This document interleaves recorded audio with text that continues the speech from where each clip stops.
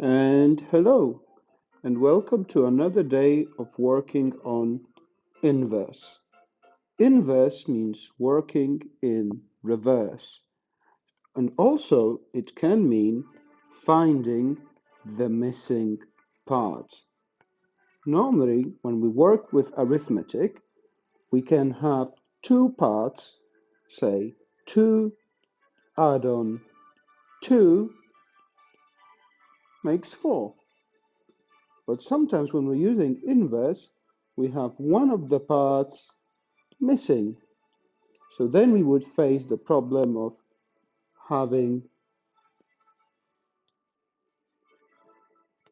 2 add on something makes 4.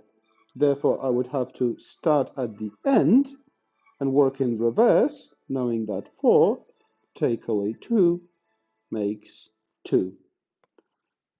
And I'm sure that's pretty straightforward. Yesterday, we had a look at addition, subtraction, multiplication, and division. Looking at our quiz yesterday, we're going to focus on division because that is the most challenging part. We're going to have a look at two different scenarios, and then we're going to have a look at another working in reverse problem.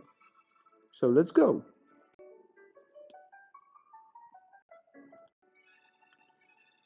Here we have a type of problem that some of you might find challenging. A problem when it's 64 divided by something, and we know the quotient, which is 4, but we have this part missing, the missing divisor, the number I'm dividing by. So I know the whole, and I know the 4. Over here on the side, I've already prepared the tower, so the video is not as long. And we have the tower of multiples, so I am ready to help myself solve the problem. When we have missing divisor, it can be counterintuitive for us to try to multiply and doing the reverse, but that is slightly different scenario with the missing divisor. Because if I know that the whole was 64 and I ended up with a group of 4, but I don't know how many parts of 4 is there. What I should do is I shouldn't multiply 64 times 4, because that would give me a rather big number, wouldn't it? Yes? So that is incorrect, because 64 divided by 256 could not possibly give me 4. So I'm going to erase that. Now, what I should do instead is take the dividend, which is 64,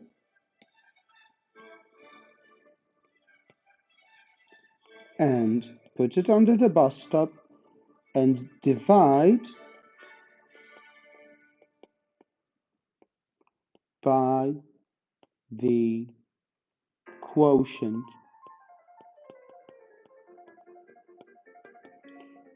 Quotient is the result of division, because if I share 64 into groups of 4, then I will know how many groups of 4 there might be.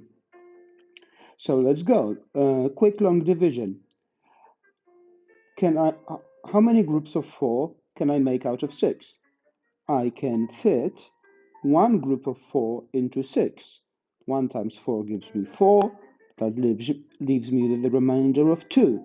So now I have 24 ones. How many groups of 4 can I fit into 24? 1, 2, 3, 4, 5, 6. 6 times 4 gives me 24. When I subtract it, I have no remainder, Therefore, my work is done. So the missing divisor was 16, a number slightly larger than our normal knowledge of times table, but not too big off. And it's not about working with really large number, it's about knowing the problem. So what we have right now is 16 times 4. 6 times 4 gives me 24. You can notice that it appeared over here. And I'm going to put a 0 as a placeholder. 1 times 4 gives me 4. Oh, look, we had 40 because I could have put a placeholder over here. So 24 add on 40, 4, 2 and 4 is 6, 64. And that's the proof of using the inverse. So if I want to solve a problem with a missing divisor, I need to divide by the quotient. I don't multiply. What I would normally do, use the opposite operation. I need to divide by the quotient because that's just how division works. It's sharing into equal groups. So now you can rewind if you're still not sure and see if there's any bits that you're not sure of. But let's have a look at the same problem with slightly different numbers.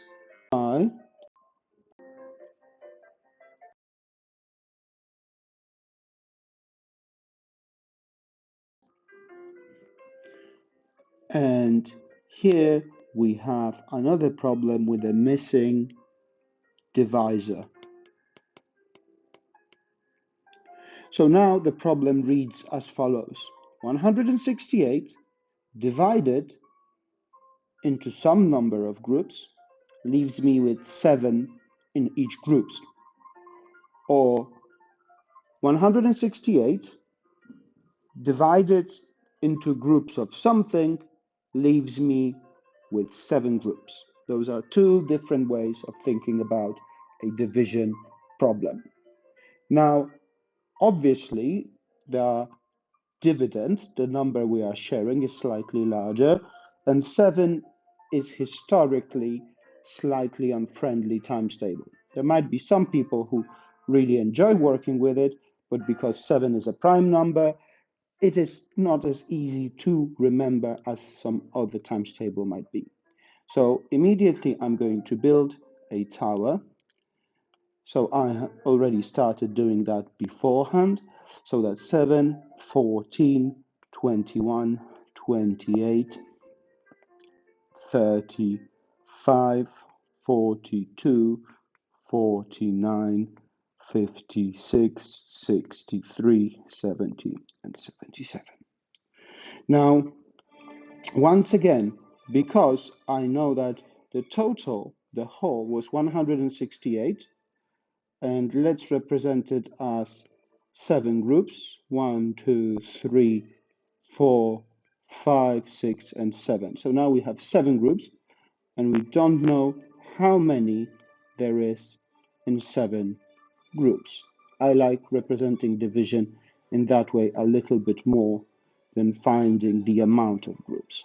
So I know we have 7 groups. Let's just number them 1, 2, 3, 4, 5, 6, 7. So I have 7 groups. I don't know how many is in each group. That's the missing divisor. And I know that the whole was 168. So what am I going to do? I'm going to divide by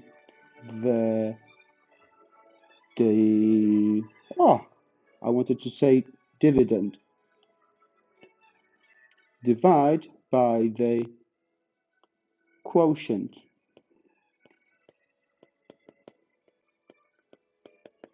So very, very simply, I'm going to take the whole and I'm going to divide it by the quotient, the result of that division. Obviously, I can't do it mentally, so I'm going to do it using a written method. 168, put it under the bus stop, Now 7 becomes the divisor, and it's super important to think about your place value. How many groups of 7 can I make out of 1? I can't, so there would be 0 over here, but I can fit some groups of 7 into 16. The closest multiple of 7 is 14, so that gives me 2 groups of 7. 2 groups of 7 is 14.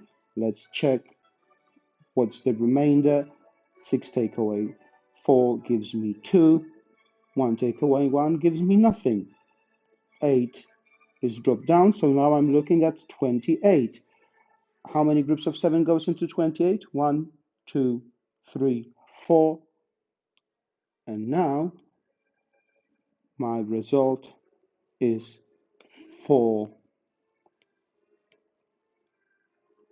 So let's check 28. 28, because 4 groups of 7 makes 28. 28 take away 28 leaves me with 24. 24. So let's see if we can have a proof.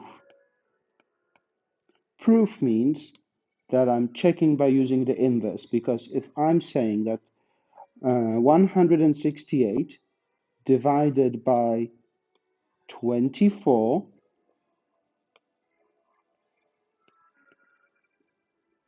is equal to 7, then surely 24 times 7 should be equal to 168, shouldn't it?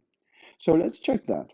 I'm going to put it, well, why not blue? There's plenty of red on the screen right now. Sorry, slow down. So let's go and have 24 times 7 gives me 28. And I need a 0 as a placeholder. 2 times 7 gives me 14. Paying attention to the place value, 8 and 0 gives me 8, because I need to add them all up. 2 and 4 gives me 6. And 1 is 1. There we go, 168. And if you look really carefully, I had 28 here, and 140 here and here. So I partition it in the same way. And that's how I solve the problem with the missing divisor. So I've used the inverse to check my solution. Now you can go all the way back to the beginning of that section and listen to how I solved that problem. And the number in your dividend, your whole, might change, and the number in a quotient might change. The number, the divisor might change, but the strategy remains the same. I'm just dividing by the quotient. Now I do apologize for all the changes in the colors. It is quite challenging to learn how to do it, but hopefully I will improve. Now, let's move on to the final section, which is the reasoning.